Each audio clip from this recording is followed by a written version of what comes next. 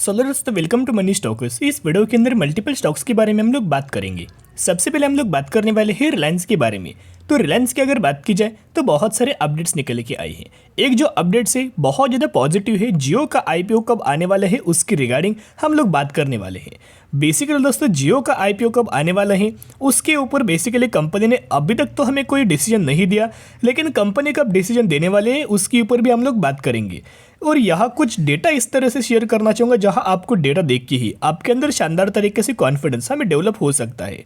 और कंपनी के टारगेट क्या हो सकते हैं, कभी हमें बाइंग करना चाहिए, शॉर्ट टर्म बेसिस के ऊपर बाइंग करना चाहिए, लंबे समय के लिए बाइंग करना चाहिए, हर एक के ऊपर हम लोग बात करेंगे।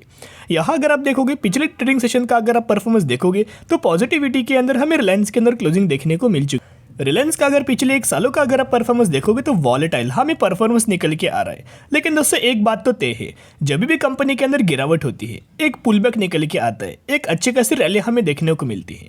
यहाँ दोस्तों अगर आप देखोगे तो कंपनी जब भी गिरती है 2400 रुपये के ऊपर कंपनी ट्रेड कर रही थी, उसने 2800 रुपये का लेवल टच किया। बाद में फिर कंपनी 2300 रुपये के ऊपर ट्रेड कर रही थी, बाद में कंपनी ने ऑलमोस्ट 2790 रुपये का लेवल टच किया। अभी कंपनी अगर आप देखोगे 2330 रुपये के ऊपर ट्रेड करे और जल्दी कंपनी के अंदर एक तेजिया में निकल के आ सकती है। और जो टारगेट निकल के आ रहे 2800 रुपये के टारगेट हमें रिलायंस के अंदर देखने को मिल रहे हैं। यानी कि बहुत ही आसानी से कंपनी 2800 रुपये के टारगेट्स अचीव करती है, लेकिन उस अचीव करने के बाद कंपनी सस्टेन नहीं करती और उससे पहले ही कंपनी के अंदर हमें गिरावट देखने को मिल जाती है। तो जो भी लोग रिलायंस के अंदर शॉर्ट टर्म बेसिस के ऊपर जाना चाहते हो, करंट प्राइस बहुत ही शानदार तरीके से कंपनी के अंदर buy on dip strategy apply करना, करंट प्राइस के ऊपर बाइंग करना और 2800 रुपये का टारगेट लेके चल सकते हो। जब भी कंपनी 2800 रुपये का टारगेट अचीव करेगी आप उसके बाद दोस्तों प्रॉफिट बुकिंग कर सकते हो। अभी हम लोग बात करेंगे जियो का। दोस्तों आईपीओ कब आने वाला है। बेसिकली दोस्तों जियो का अगर आप आईपीओ देखोगे तो कंपनी के द्वारा कोई ऐसी ऑफिशियल डेट तो अनाउंसमेंट नहीं हुई, या फिर कब आईपीओ मार्केट के अंदर लिस्ट होने वाला है इस रिगार्डिंग में दोस्तों कोई हमें डेट्स देखने को नहीं मिली। लेकिन कंपनी की तरफ से एक हमें स्टेटमेंट निकल के आए हैं कि जब हमें एजीएम निकल के आएगी, एनुअल जनरल मीटिंग, यानी कि एजीएम जब हमें रिलायंस की निकल के आएगी, एजीएम के अंदर हम लोग कंसिडर करने वाले जियो का कब आईपीओ आने वाला है और कब हम मार्केट के अंदर लिस्ट करेंगे और किस तरह से आईपीओ होने वाला है, क्या आईपीओ की साइज होने वाली है और कितने पर शेयर का आपको बेनिफिट कंपनी देने वाली है। क्या 100 के बदले 100 शेयर आपको मिलेंगे, क्या 200 के बदले 100 शेयर आपको मिलेंगे, इस तरह से किस रेशियो के अंदर दोस्तों देने वाले हैं वो कंपनी के ऊपर डिपेंड होने वाला है। लेकिन कब एजीएम में दोस्तों आप यहाँ देख सकते, जब भी एजीएम आएगी, जब भी कंपनी कंसिडर करेगी, मैं 100% आपके साथ शेयर कर दूंगा। लेकिन जब भी जियो का एक गुड न्यूज़ आएगी मैं 100% आपके साथ शेयर करूंगा और कंपनी के अंदर भी हमें रैली सबसे ज़्यादा आने की चांस निकल के आ रहे हैं। अभी हम लोग बात करेंगे म्यूचुअल फंड बाइंग के बारे में, डेटा के बारे में हम लोग बात करेंगे और टारगेट्स के बारे में भी बात करेंगे। यहाँ अगर आप देखोगे अपडेटेड डेटा के बारे में हम लोग बात करें, जैन 2023 का अपडेटेड डेटा निकल के आ रहा है और म्यूचुअल फंड्स की बाइंग रिलायंस के अंदर कितनी हुई है उसके बारे में बात करेंगे। 130 म्यूचुअल फंड्स की बाइंग एंड 81 म्यूचुअल फंड्स की सेलिंग हमें रिलायंस के अंदर हो चुकी है। वैसे तो बहुत सारे फंड हाउसेस ने बाइंग किया, लेकिन निप्पॉन एक फंड हाउस है जिन्होंने ह्यूज अमाउंट ऑफ बाइंग किया है। यहाँ अगर आप देखोगे निप्पॉन का एक मल्टी कैप फंड निकल के आ रहा है, 14,160 करोड़ की बाइंग रिलायंस के अंदर किया है। फिर एक और हमें निप्पॉन का फंड है 4,850 करोड़ की बाइंग रिलायंस के अंदर की है। फिर एक और हमें निप्पॉन का फंड है जो कि टैक्स सेवर फंड निकल के आया है, 11,900 करोड़ की बाइंग की है। फिर निप्पॉन का एक फोकस्ड फंड है 6,200 करोड़ की बाइंग किया है। और एक और हमें निप्पॉन का एक लार्ज कैप फंड निकल के आ रहा है, 12,600 करोड़ की बाइंग की है। एज वेल दोस्तों यहाँ अगर आप देखोगे नवी का एक निफ्टी 50 इंडेक्स फंड निकल के आ रहा है जो कि रेगुलर ग्रोथ नाम से, इसके बारे में भी 3,200 करोड़ की बाइंग रिलायंस के अंदर इसने की है। जो रिलायंस के अंदर जिस म्यूचुअल फंड्स की तरफ से जैन 2023 के अंदर सबसे बड़ी बाइंग निकल के आई है उस फंड का हमें नाम निप्पॉन निकल के आ रहे। निप्पॉन ने ही एक मल्टी कैप फंड है, एक स्मॉल कैप फंड है, एक मिड कैप फंड है, हर एक फंड ने निप्पॉन के huge amount of buying Reliance के अंदर कर चुके हैं। तो रिलायंस दोस्तों कंपनी के बारे में आपको पता होगा, जितना हो सके कंपनी के अंदर जब भी हमें गिरावट थी कंपनी के बाद हमें अच्छी खासी रैली हमें देखने को दोस्तों मिल जाते हैं।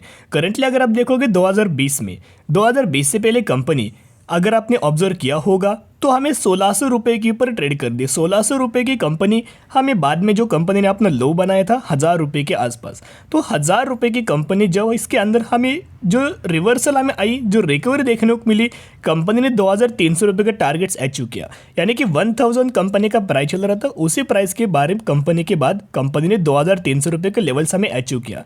इतना ह्यूज अमाउंट ऑफ रैली हमें देखने को मिला। तो जब भी कंपनी में तेज गिरावट होती है कंपनी के अंदर buy on dip strategy apply करके लंबे समय के लिए आप होल्ड कर सकते हो। कंसिस्टेंटली रिटर्न्स आपको रिलायंस के अंदर मिलता रहेगा और लंबे समय के लिए आपको मिलता रहेगा। तो अगर आप बाइंग करना चाहते हो, buy on dip strategy apply करना और लंबे समय के लिए होल्ड करके चल सकते हो। अभी हम लोग बात करेंगे एक कंपनी के बारे में जिसके अंदर 1:10 रेशियो के अंदर आपको स्प्लिट का बेनिफिट मिलने वाला है। यानी कि अगर आपके पास इस कंपनी के 1 शेयर होंगे तो 1 के बदले 10 शेयर मिलेंगे। अगर आपके पास 10 शेयर होंगे तो 10 के बदले 100 शेयर मिलेंगे। और इसी कंपनी के अंदर आपको बोनस का बेनिफिट मिलने वाला है 1:2 रेशियो में। तो अगर आपके पास इस कंपनी के 2 शेयर है तो 2 के बदले 1 आपको बोनस शेयर दिया जाएगा और यही एग्जीक्यूशन के बाद हो जाएंगे 3 शेयर। तो इसी रेशियो के अंदर बोनस के साथ साथ आपको स्प्लिट का दोस्तों बेनिफिट मिलने वाला है। और इस कंपनी का अगर आप मार्केट कैप देखोगे 300 करोड़ का मार्केट कैप है। तो हम लोग कौन सी कंपनी के बारे में बात करें, हम लोग बात करें कैप्टन पाइप्स के बारे में। तो कैप्टन पाइप्स की अगर बात कीजिए कौन से सेक्टर से ये कंपनी बिलोंग करती है, प्लास्टिक प्रोडक्ट्स के अंदर हमें कंपनी का बिजनेस है और इसी सेक्टर के अंदर कंपनी बिजनेस करती है। पिछले 1 साल का अगर आप परफॉर्मेंस देखोगे तो 900% का रिटर्न शेयर होल्डर्स को बना के दे चुकी है। ये कंपनी बेसिकली 2014 में मार्केट के अंदर आई थी। जब से मार्केट के अंदर आई है तब से एक शानदार तरीके से तेजी में नजर आई और 1630% का रिटर्न शेयर होल्डर्स को बना के दे चुके हैं। तो इतना ही मैं आपके साथ शेयर करना चाहूँगा डिसेंट तरीके से पैरामीटर से। लेकिन पिछले क्वार्टर में हमें कंपनी का परफॉर्मेंस हमें डाउनफॉल नजर आया है, यानी कि पैरामीटर्स के अंदर हमें पिछले क्वार्टर में भी फॉल नजर आया है। तो हर एक पैरामीटर के बारे में स्टडी करना, एनालिसिस करना, बाद में निवेश करने की कोशिश कर सकते हो। ब्लाइंडली फॉलो मत करना। सिर्फ हमें इस कंपनी का अपडेट्स निकल के आए थे और वही अपडेट्स के बारे में मैंने आपके साथ कवर अप कर चुका हूँ। तो दोस्तों अभी हम लोग बात करेंगे पॉलीकैब इंडिया के बारे में। तो बेसिकली कौन से सेक्टर से ये कंपनी बिलोंग करती है, केबल्स एंड वायर सेक्टर से ये कंपनी बिलोंग करती है। पॉलीकैब इंडिया की अगर बात की जाए तो अगर आप इस कंपनी का पिछले 5 दिनों का अगर आप परफॉर्मेंस देखोगे तो 5% के आसपास हमें रैली निकल के आ चुकी है। 2950 रुपये की क्लोजिंग हमें इस कंपनी के अंदर देखने को मिल चुकी है। तो पॉलीकैब इंडिया के अंदर क्यों हमें तेजी निकल के आई, उसके पीछे का रीजन दोस्तों आप ये देख सकते हो। कंपनी का अगर आप Q3 का रिजल्ट देखोगे दिसंबर क्वार्टर का तो रेवेन्यूज के अंदर 10% की जंप, इनकम के अंदर 14%, ईपीएस के अंदर 14%, नेट प्रॉफिट मार्जिन के अंदर अगर आप देखोगे 3.5% की जंप निकल के आ चुकी है। यानी कि बेसिकली कंपनी ने Q1Q बेसिस भी, Y-on-Y बेसिस भी बहुत अच्छा परफॉर्म किया है।